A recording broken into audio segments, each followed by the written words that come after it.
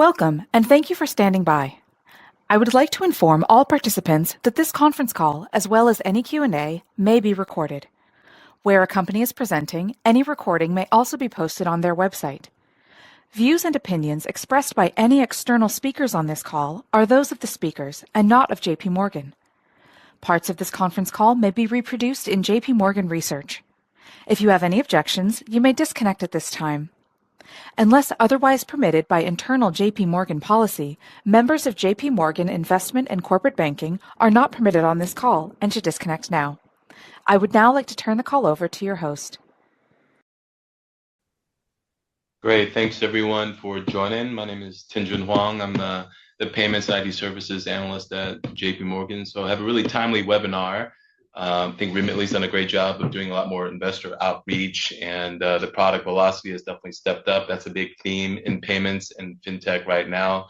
They have their first product keynote tonight as well in New York City. So we are actually live and in person with the management team. So we've got Matt Oppenheimer, Chairman, CEO, co-founder. I've always respected Matt a great deal. I think of Matt as a true mission-led CEO, which I think is really important in our sector. We got Vikas Mehta, CFO, and Love Soda as well from Investor Relations. But welcome. Thank you guys for doing this. Thanks. Thank you. Great to be here, and it's been great. I think you followed us since 10 plus years ago. You've known us from the very beginning, so it's great to see you again. And you look the same when I had the first session, I think, with you and one of our next gen payment conferences with private companies. You look the same, Matt. So yes, it's been a while, and I've learned a lot covering the sector. I don't always tell you that, but I've definitely learned a lot, and so these sessions are super helpful for us. So thank you for doing it.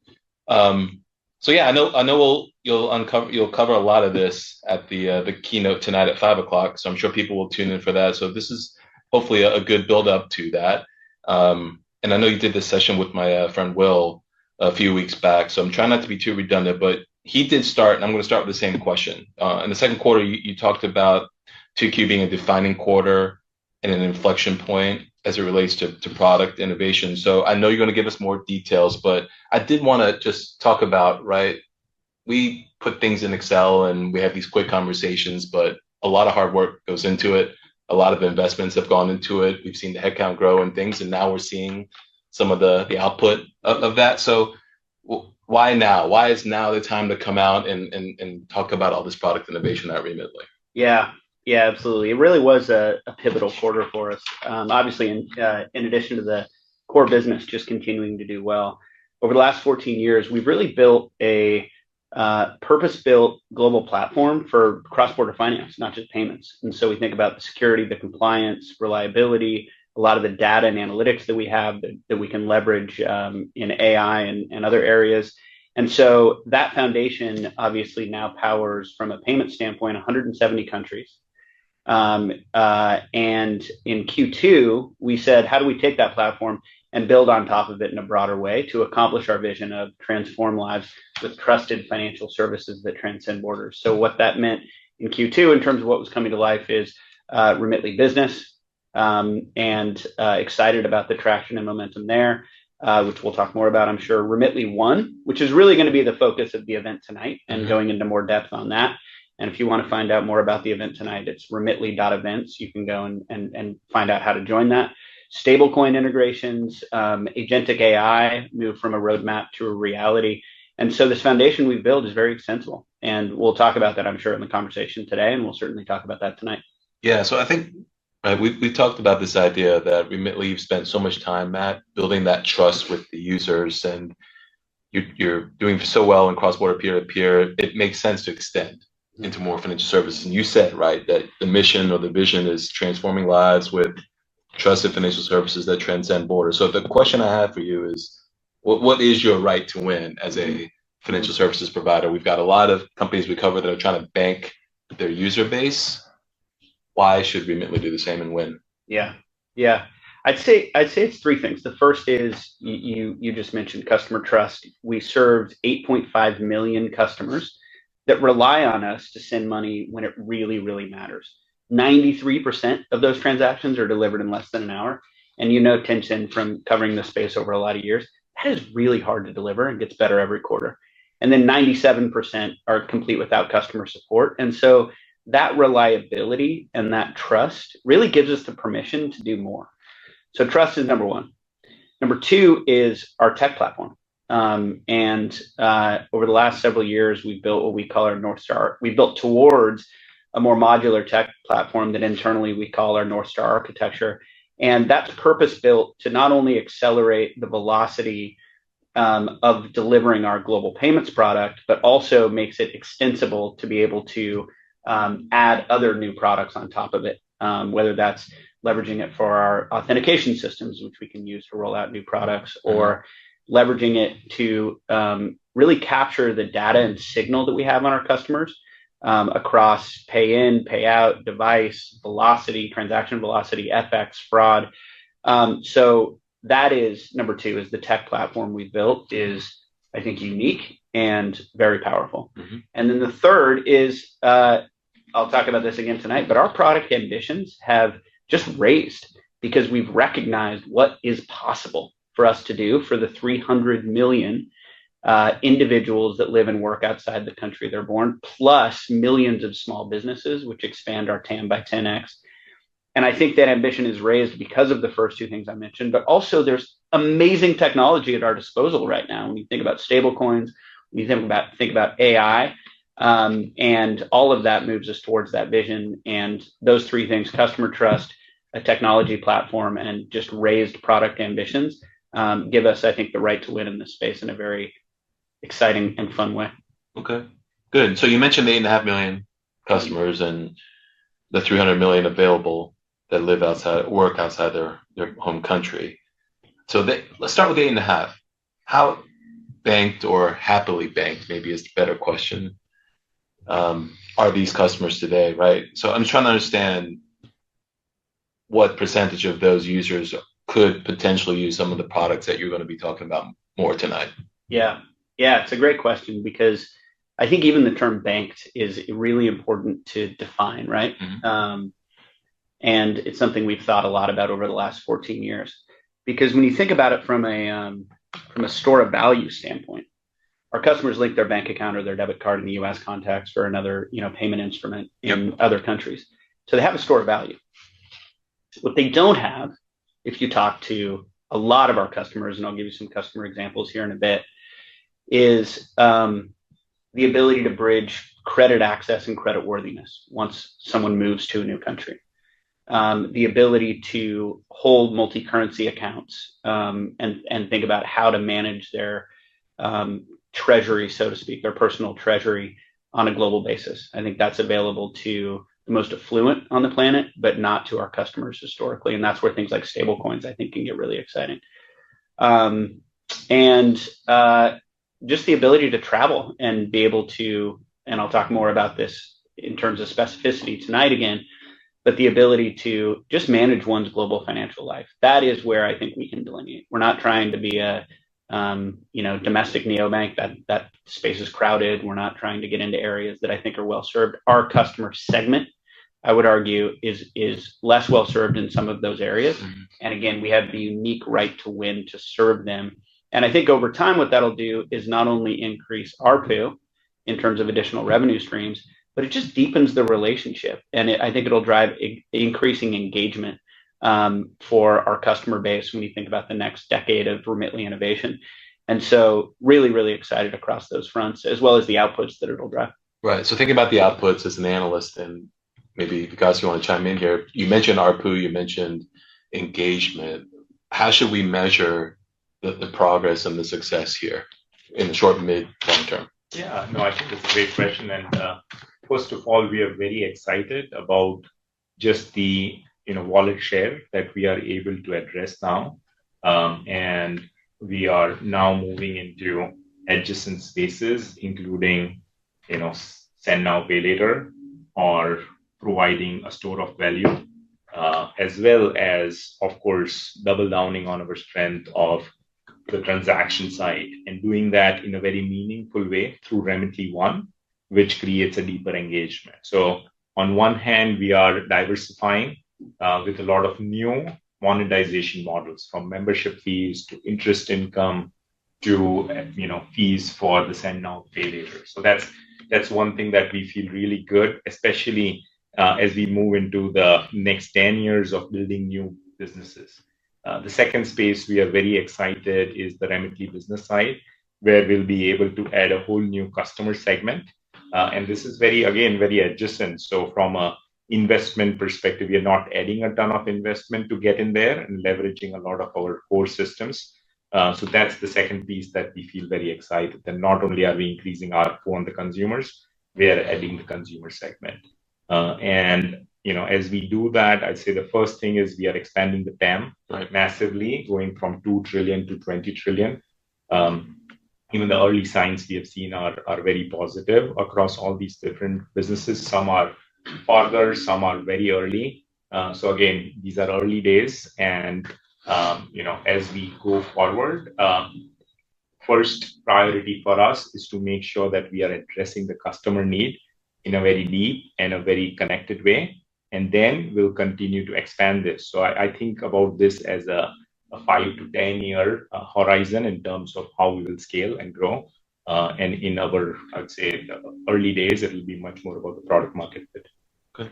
Got it. So just over that time horizon, we've gotten this question, so I'll ask it here. Can you just outline, we're using the term guardrails here, so the guardrails around the investment in the new products that you're talking about? Could we see a change in incremental margins that we've been observing over the last year or so? And should the existing R&D that you put in so far support, right, the new products that you're about to launch and will launch in the next 5-10 years? Because we have seen headcount growth. So just curious how all of that will change or evolve, or have we seen that in the run rate today? I'd say that we have been very thoughtful and disciplined in how we have innovated. And the core principle that we go ahead with is growth plus profitability plus investments. So we want to be very balanced in our posture. That's something that you have seen even in our past quarters, where a lot of these initiatives we have been working on for quarters and years. So this is not like a fresh investment, if you may. Right. And at the same time, we have been able to drive very strong performance. As you saw in the first half of the year, we grew 34% and maintained a 16% EBITDA margin, like rule of 50 both quarters, which shows that not only can we grow and drive profitability, but we can invest to build the future. One of the things that Matt said earlier is a lot of it is based on the core platform investment. So the North Star architecture that we have built now enables a lot of these new businesses, and to spin up the new businesses, the incremental investment is not a step change, it's incremental. If you look at a lot of our core services, whether they are managing transaction loss, whether it is the analytics on pricing side, whether it is marketing, we are able to extend all these assets we have into our new businesses. And that creates, a long-term leverage and a really strong business model for us. Got it. Yeah, because Matt, I know you mentioned modularize, and a lot of the investments have been gone through the rigor over the years. You spun out a lot of different things in the past, right? So we're assuming that all that has gone into support where we are today with some of these launches. Yeah, and I actually credit our who will be speaking tonight, Ankur Sinha, who's our now Chief Product and Technology Officer, but he came in as our actual first ever CTO. About 3.5 years ago. And before that, we were delivering at high velocity, but it wasn't towards a North Star architecture that made it so every single code that our engineers write gets higher ROI, so to speak, from an investment standpoint, because of the progress made towards a vision of a North Star architecture. And then you never achieve that vision exactly, but working towards that over several years and having company level goals around it, make it so the velocity is higher, the return is higher, the reliability is higher, the security is higher. And I'm really grateful for that. And I think that that's also, again, why it's a pivotal moment, because we've got the foundation to be able to build and deploy product just much faster. Yeah, no, it's important. So I'm glad you went through that. So thank you for that. So let's talk about some of the details. I was struggling with which ones to start with, but let's do business and then talk about one and Flex and the wallet, if that's okay. Right. So I know a lot has been discussed around business the last couple of quarters. It's now live in the US. Maybe start with what you've learned so far. Where are you doubling down? Where might you, slow some things down? Where are you now? Yeah.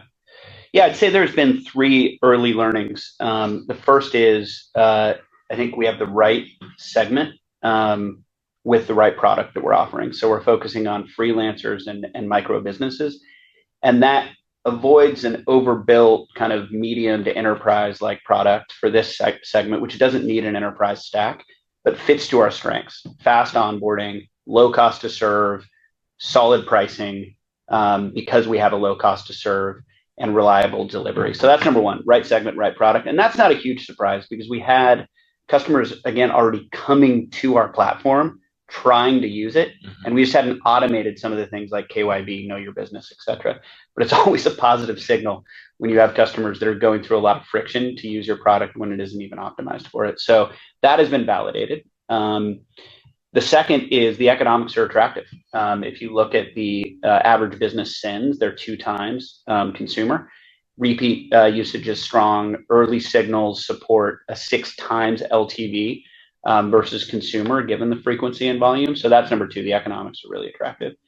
And then number 3 is, given some of the product velocity, we've had some big onboarding wins in terms of automated eKYB, real-time screening, attestation flows. That's lifting approvals and conversion. And then features like bulk and recurring payments, simple reconciliation, some of the basics that, again, this segment needs some of those foundational features. We're now building out to make Remitly a daily tool for those businesses. And so the outcome's strong. It's strong early adoption, healthy early retention. And, I look at customers like Tony, which kind of make it real, but Tony is based in the US. He runs a small business that manages short-term rentals in the Dominican Republic. He heard about Remitly from one of his contractors in the DR who managed some of the repairs. And before, he was relying on wire transfers that took days. You can imagine the fees related to that. And he didn't have as many choices for how funds could be received. In terms of DR, there's very specific ways that folks like to receive money. With Remitly, he can send whatever's most convenient to his workers: cash pickup, push to card. In the DR, one of the unique things is it's one of the markets that still has door-to-door delivery. So you'll have a courier deliver those funds to your door. And so businesses like Tony's firm are relying on Remitly to pay overseas contractors, suppliers quickly, and it gives them exactly the solution he needs. And I'm convinced there are millions of customers like Tony out there. And we're just getting started in being able to serve that segment. And over time, I think we can actually move up market. Our ambitions are large. But just like we've been successful for the last 14 years, focus early days on a specific segment and then kind of land and expand. And I think we're doing that with Remitly Business right now, and really excited about what's to come. I had a question on here, like who you're taking share from. You kind of mentioned wire transfers. So I'll ask that question together with the pricing philosophy around business. I believe it's priced similarly to the personal side. But as we think about the opportunity, because it's wire transfer is a potential share donor, Yep. This question of wholesale plus versus retail minus pricing. Yeah. What's your philosophy on there? Because some of the wire transfer pricing is quite high and it's a bad experience and all that good stuff. You're going at it from a very low cost still relative to that, I believe. Yeah. But what's your philosophy around pricing and solving that issue? Love that question, because it's something that I've put a lot of time and thought into actually thinking about. So one of my professors at Harvard Business School was Clay Christensen, who's since passed, but was just an amazing individual. Obviously wrote The Innovator's Dilemma. Yep, exactly. One of my favorite classes and just favorite humans. I think that when you think about wholesale, whether it's bank wire transfers or whether it's other technologies that are serving kind of SMBs and enterprise, what you see is those businesses are moving up market, because you look at just The Innovator's Dilemma, it's easier to chase those very large profit pools of larger customers. And I think that's created a window of, I like your term, kind of retail minus, where we have the cost, we have the focus and ability from a unit economic standpoint to serve micro businesses and freelancers, because I think that segment has kind of been left in the middle. And I think in some ways, from an innovator's dilemma standpoint, for us, those look like even higher LTV customers. And we have a unique low cost to serve in terms of our unit economics. They don't need all the bells and whistles, and we don't have the overhead of large sales teams and other things like that. Perfect fit.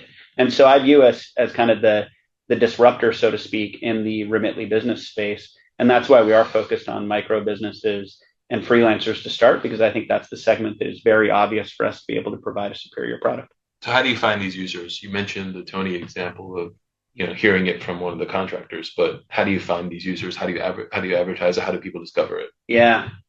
Well, if you look at our brand overall, there's a high overlap, like the contractor that, Sure. We mentioned in the Tony example. And so I think a lot of customers are finding us organically, but we're also thinking about innovative partnerships and other things that we can use to drive additional awareness or customer adoption for this segment. So organic, and we're in the process really of putting together a marketing playbook that'll include both a lot of tools we use already, as well as potential partnerships for where businesses serve this kind of freelancer and micro business segment, but they don't have the payment capabilities, and so we could be a good potential channel partner for them. Okay, good. Just on the margin side, because reading about it, there's a dedicated business support. I know there's some other reporting that you do that's distinct.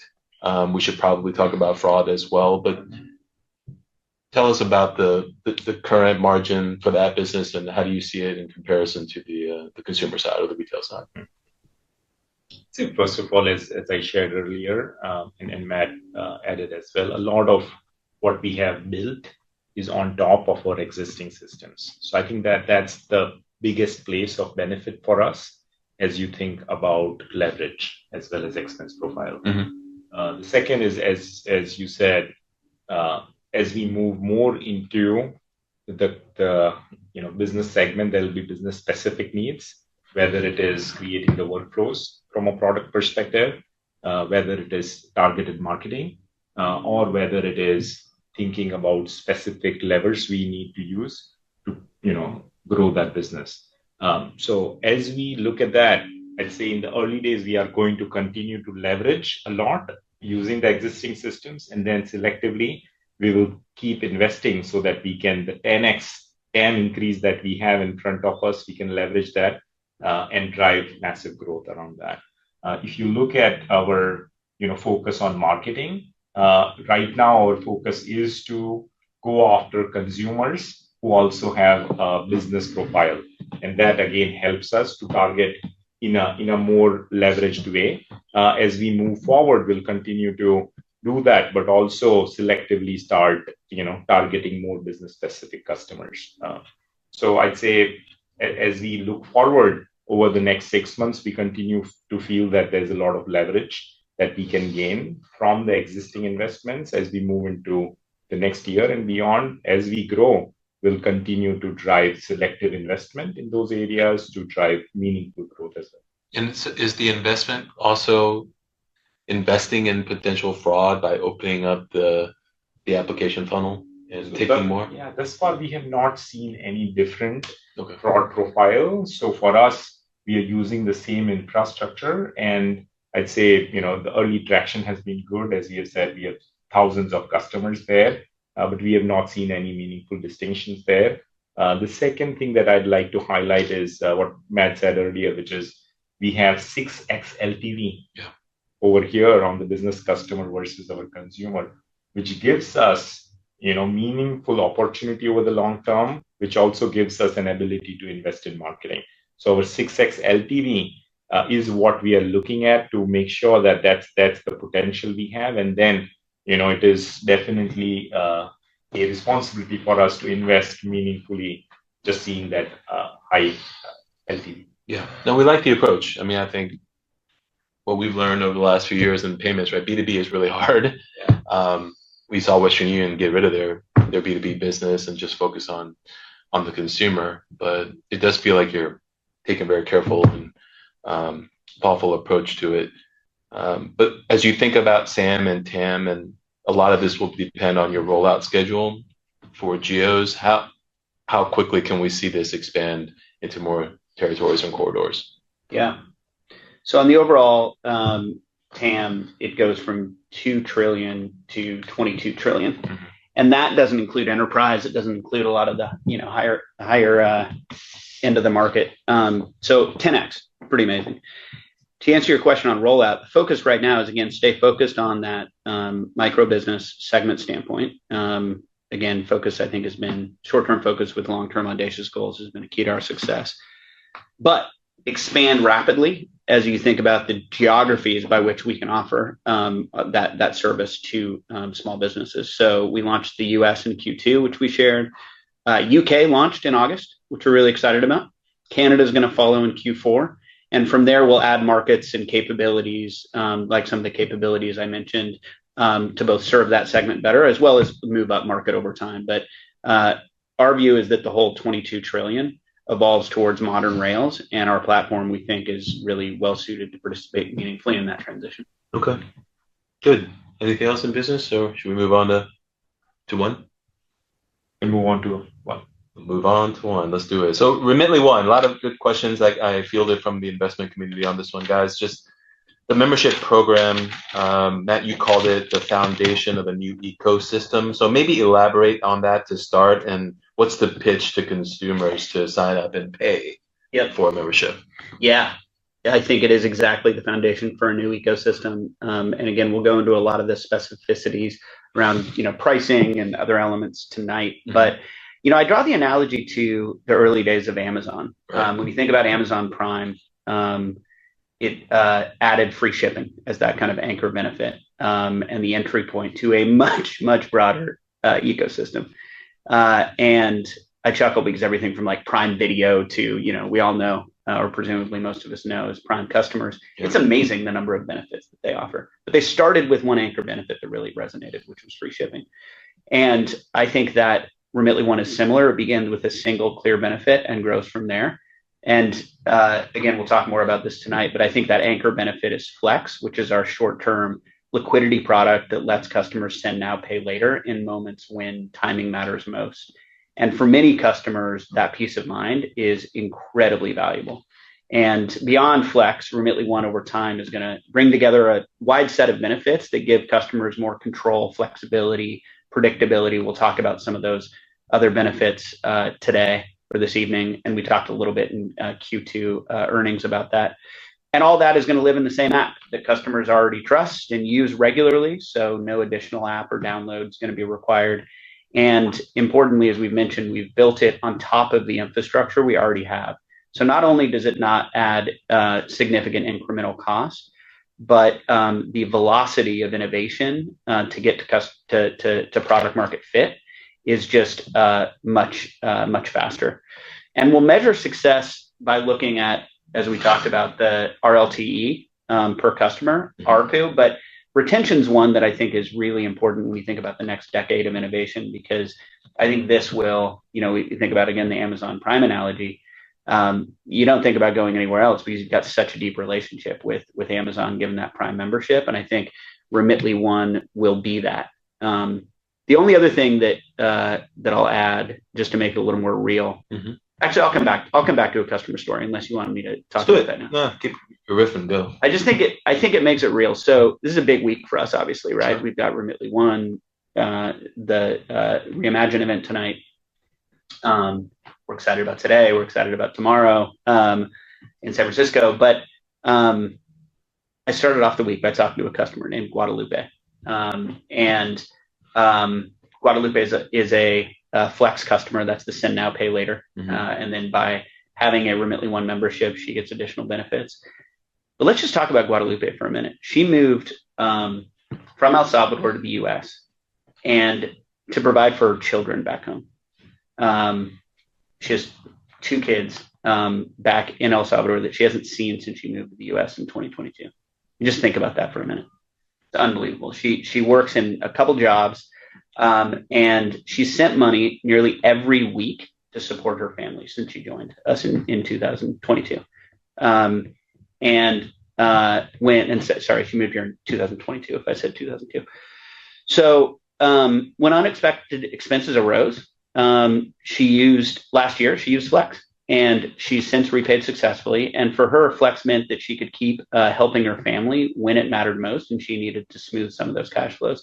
And I will tell you, when I was talking to Guadalupe, her loyalty and commitment and appreciation for Remitly being there when she needed it the most was incredibly powerful. But just Guadalupe's story is incredibly meaningful. And so to your point, Tianchen, about being mission driven, Guadalupe is one of thousands of customers, and it shows how that I think have the real need for Remitly One type membership, and it strengthens customer trust, deepens loyalty, and positions us more than just a transaction provider, and being a true financial partner in people's cross-border lives. So that's what we're excited about. No, that's a good case study. Just it got me thinking. Right, we've learned a lot covering a lot of these new neobanks and fintechs, including Chime, and you appreciate the liquidity needs of everyday Americans.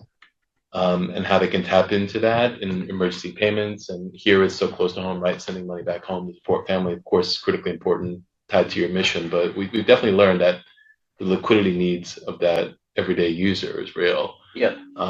It's still untapped and underserved. So it does seem like an opportunity. But before we talk about Flex and that part of it, I like the Amazon Prime or Walmart Plus example. And I was thinking about that in financial services. Mm-hmm. So American Express, of course, has premium platinum products, and Chase has that as well. You get certain benefits, access to ecosystem, travel. Of course, that's on the high end of the spectrum.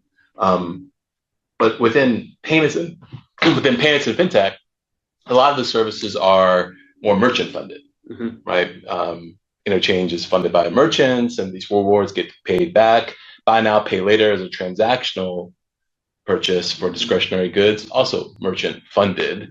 So help us compare and contrast whether it be a neobank or a fintech experience. I know it's a different use case here, but there is some habituation, I think, for, hey, I can get a loan for free or very little and then have the freedom to do what I need to do versus I'm going to pay Remitly a subscription fee for access to a similar service. So help us understand how this fits or is differentiated, what problem it solves versus what a neobank is trying to do, which is, I know, more transactional. Do you follow my question? Yeah, I do. Yeah.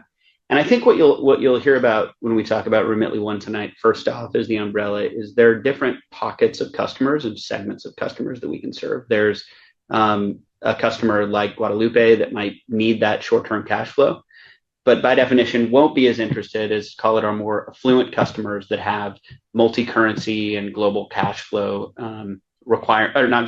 global just treasury and money management requirements, or needing the ability to seamlessly be able to go back home and use the funds in their global multi-currency account. And so one thing to view Remitly One as is an umbrella with different segments of customers that will be attracted in different parts of the value prop and product offering. Again, not all that is similar to something like Amazon Prime. Some people love certain benefits, some people love other benefits. Sure. And so that's the way to view Remitly One overall. When you think about the model for that, I think that it goes back to our customers being underserved. And so when you look at the desire, and we're already seeing this, even though we're just talking about launching it today, the desire to pay that monthly membership fee for benefits that we're offering, it's because, a lot of folks maybe on this call that have moved to a new country. When you think about the bridge between credit access and credit worthiness, they're credit invisible. It doesn't mean they don't have high credit worthiness, but there needs to be a company like Remitly that has the data, the analytics, I call them tokens, I'll talk more about tonight, but unique tokens that we can use to be able to bridge that gap between credit access and credit worthiness. And we can uniquely do that. Customers are willing to pay for it because it's not something that some of the other send now, pay later or other providers can do, because they don't have the unique relationship and data that we have on our customers to bridge that gap. On the more affluent side, we have a global payout network of billions of bank accounts across the globe. So we'll probably talk about the wallet here in a second. But when you think about storing both fiat as well as stable coins across the globe, being able to do something with those funds is something that we are incredibly good at. So you might have a savings account, But if you need to get it into that local Indian bank account, or you need to actually, like Tony, be able to get funds to the recipient in cash so they can use them in the Dominican Republic, we have those unique assets. Customers are willing to pay for those benefits because it's an underserved segment that we can uniquely add value to. So always comes back to the customers, and different companies, to your point, will have different business model. What we see is, as long as you solve a customer problem in a material way, and we have the right to do that and right to do it uniquely, customers are willing to pay for that service. Yeah, and we learned that, right? It's hard to get fee-free checking, right? And we've observed that some of the things you're talking about, accessing foreign bank accounts, is not available without a cost. So here you're making it available as part of a subscription. So I think it's quite genius. So I'm curious to see how it plays out, and I'm sure we'll learn more. But that's why I asked the question, because we're so conditioned to learning it one way, Matt. Yep. But I think we need to better understand how to unbundle all these different services and see how it might be ascribed to a user of Remitly One. So thanks for going through that. I think you touched upon a lot of Remitly One. Maybe it's to drive it home, it's good to talk about Flex, if it makes sense to pivot to Flex. Great. So it's not a secret, short-term liquidity products are hot right now, at least in fintech. And so buy now, pay later, we include in that instant loans, fair financing, all part of that. Here you're going after it with send now, pay later. So how does it work? Give us a little bit more on the terms and the eligibility, the limits, and whatnot, just to start it and ground us. Yeah, that is a lot of what we will talk about tonight, Sure. at the Remitly Reimagine event. And so I don't want to overshare before that. Fine. But that's exactly what we'll go into more depth on, is what Flex is, how it works, what you get with a Remitly One membership, how much a Remitly One membership costs. So I would say tune in tonight for a lot of details on that. Okay. Yeah, I mean, and you've given us some clues, but it's similar to the BNPL in spirit, short-term liquidity. But your underwriting, you've mentioned your data advantages. What's proprietary? I mean, you see a lot, but you don't necessarily see the income from a direct deposit that maybe a neobank might see, Matt. But you are trusted. They're giving you a lot of their hard-earned income to send money back home. So you do see quite a bit. Tell us more on what you can share on your underwriting advantage. Yeah. I think that I go back to when I started the business. I was living in Kenya, and I was working for Barclays Bank Kenya. And folks forget that in markets like Kenya, there aren't credit bureaus. At least there weren't at the time. This was 14 years ago. And guess how Barclays Bank Kenya did credit underwriting? Payroll. That was how they did it, right? Makes sense. And I think that there's analogies. Obviously, we're talking about folks in the U.S., but you could have somebody who moved from Kenya to the U.S., or you could have somebody, obviously, that moved from a variety of countries that we serve. One, they're not going to have necessarily a credit history that we can that a business can rely on, even in the country they came from. Although, by the way, that still exists. Even if a customer comes from like the UK, it's broken how like that customer who moves from the UK has to build credit in the US. So I think it's a broad problem. But let's take the Kenyan example, where it's even a bigger problem. Moves to the US, and I view things like international payments, which are often used for daily living expenses, rent, education, things like that, a little bit akin to payroll, right? And obviously, we're talking about the sender, not the recipient in this instance. But that's exactly what we've seen, and we have seen that it is a good signal for various credit underwriting purposes. And then we have a lot of other data on our customers as well. But we're excited about some of the signals that we've seen since we launched Flex, and we think again that gives us the unique right to win within this segment. Yeah, I bet. No, I think you got a lot of interesting data for sure. One more question on this. Everyone on the investor side asked me to ask you, right? Will you be funding and bearing the credit risk? Will you be taking on some forward flow contracts at some point as this grows? What's the path for funding it? Yeah, I would say that, look, right now we are in very early stages of Flex. And as we think about it, similar to the example Matt gave, we have a lot of history on the customers, and that gives us a lot of confidence in being able to, first of all, give the credit. Secondly, at the early stages, fund that as well. We have a strong balance sheet, and as we go further along in the journey in Flex, and as we see the product market fit, we'll absolutely assess other options to say, should we fund it, in a securitized way or other means. And we'll also be very, very cost responsible here, because we want to make sure that the cost of capital is real, and we want to account that in our business model and economics. Good. Even though it is self-funded or funded externally. So irrespective, we will keep that as a principle. Okay, good. No, it'll be fun to learn more.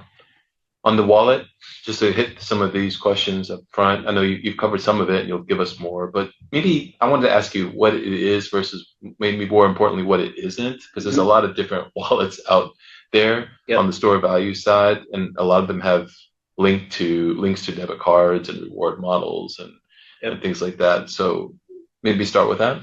Yeah, absolutely. It is a borderless store of value, and it's multi-currency, starting with fiat today, and then USDC this month. So stablecoins this month, and it's built inside, as I mentioned, the trusted cross-border platform that our customers already use.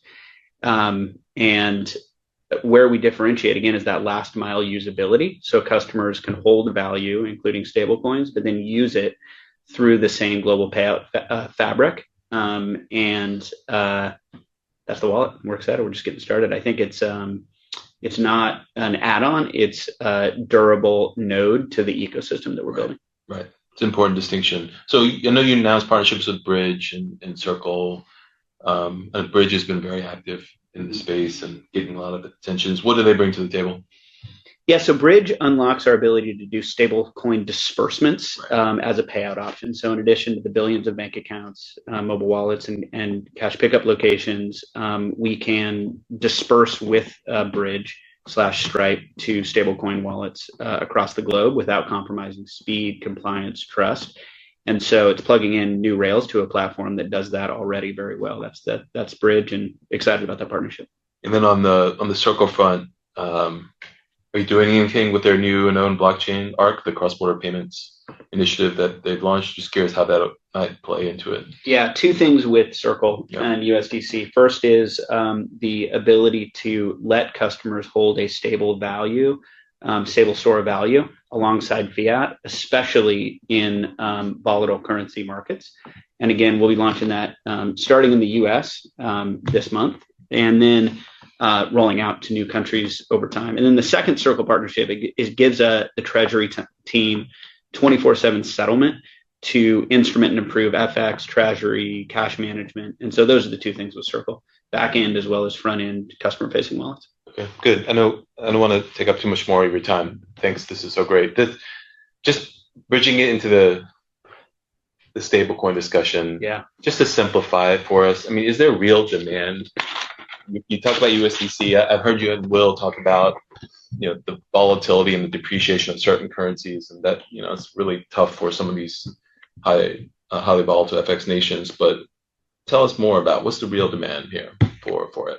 Yeah, I think that the world's a big place, and I think demand will vary depending on the country. But there's absolutely demand to hold a more stable currency in a variety of countries around the world. Not all, but a variety of countries. I think about, people obviously think about things like Argentina, Zimbabwe that are known as hyperinflation. I actually like to use the Turkey example. In the last few years, if you own Turkish lira, if you held the Turkish lira, it has devalued by 80%. I just think we lose concept of what that looks like, especially sitting in the US, of how foundational it is to hold a more stable value and a more stable store of value and currency. Because we haven't lived through that kind of inflation, right? And so, at least in recent memory. And so I always go back to the customer. There is absolutely a customer problem to be solved when it comes to storing a more stable currency in more volatile countries and currencies around the globe.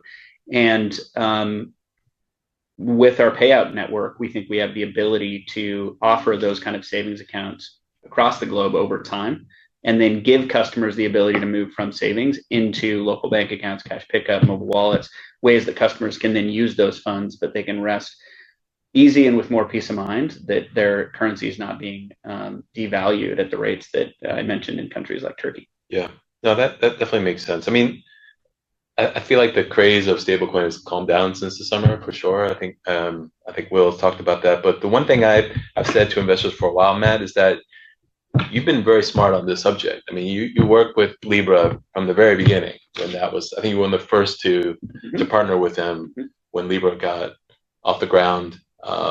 So you're aware. I'm sure you've learned a lot. You're talking to all these different disruptors. So this evolution to get here, what would you say is maybe underappreciated about what you've learned, and why it's net positive for Remitly and not net negative, which some of the skeptics might argue? Yeah, I'd say two things. One is regulation matters a lot and will vary depending on the country. So that'll be really interesting to follow how that plays out. And that's one of our core competitive advantages. Since day one, one of our first few hires was our global compliance officer. He used to run compliance for Amazon payments. And that's foundational for us. So one is regulation, which I think we're well suited to help navigate on a global basis. And then the second is, I don't buy the thesis that that stablecoins will completely replace local currencies. I think they'll be part of an ecosystem. They'll be part of multi-currency accounts, but both because of how commerce is done in most countries and because of governments wanting to have their own fiat currency in most countries, not all. Some markets are already dollarized, but I think the vast majority of countries, there will be a demand to hold a stable coin and stable currency to the extent governments will allow it. But the second thing, you have to be able to do something with that currency in local fiat currency, or even exchange between various stable coins. And that's where we excel, whether that's the billions of bank accounts and mobile wallets, cash pickup locations, going from stablecoin to, going from crypto to fiat. And so to the extent there's savings that solve that pain point on a global basis, which I think there will be in stablecoins, being able to use those stablecoins in a way that is fungible and valuable and fast, that's where we can add value. So those are the two things: regulation, being able to use the funds. We're good at both those things. Good. Anything else we want to have on stablecoins? That was fantastic. We're almost out of time. Probably over time, actually. Let's make sure we hit something on agentic AI quickly. Just the cost versus revenue opportunity and how you see that, examples, and if you could also just talk about WhatsApp and what might come behind that, and how that's been taken so far by users. So ask it all together. Yeah. If the question is revenue versus cost, I was going to say both, but revenue is what I'm even more excited about. We're obviously driving a lot of efficiencies as well.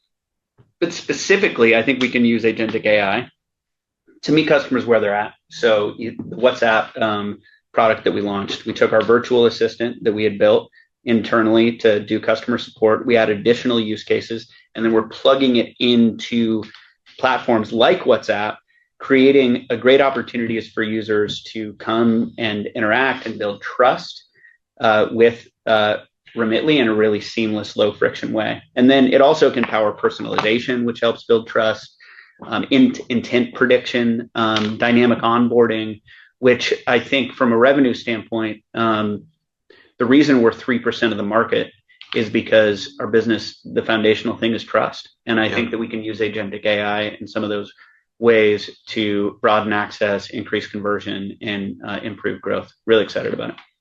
And on the WhatsApp side, just what's the latest there? Is there more potential messenger partnerships that you see that could build from that? Yeah, it's both.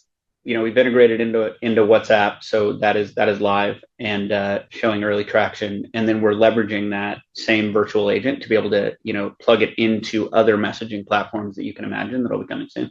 Okay, so it's on the come. Yep. Okay. I know we're out of time. We talked about a lot of different things.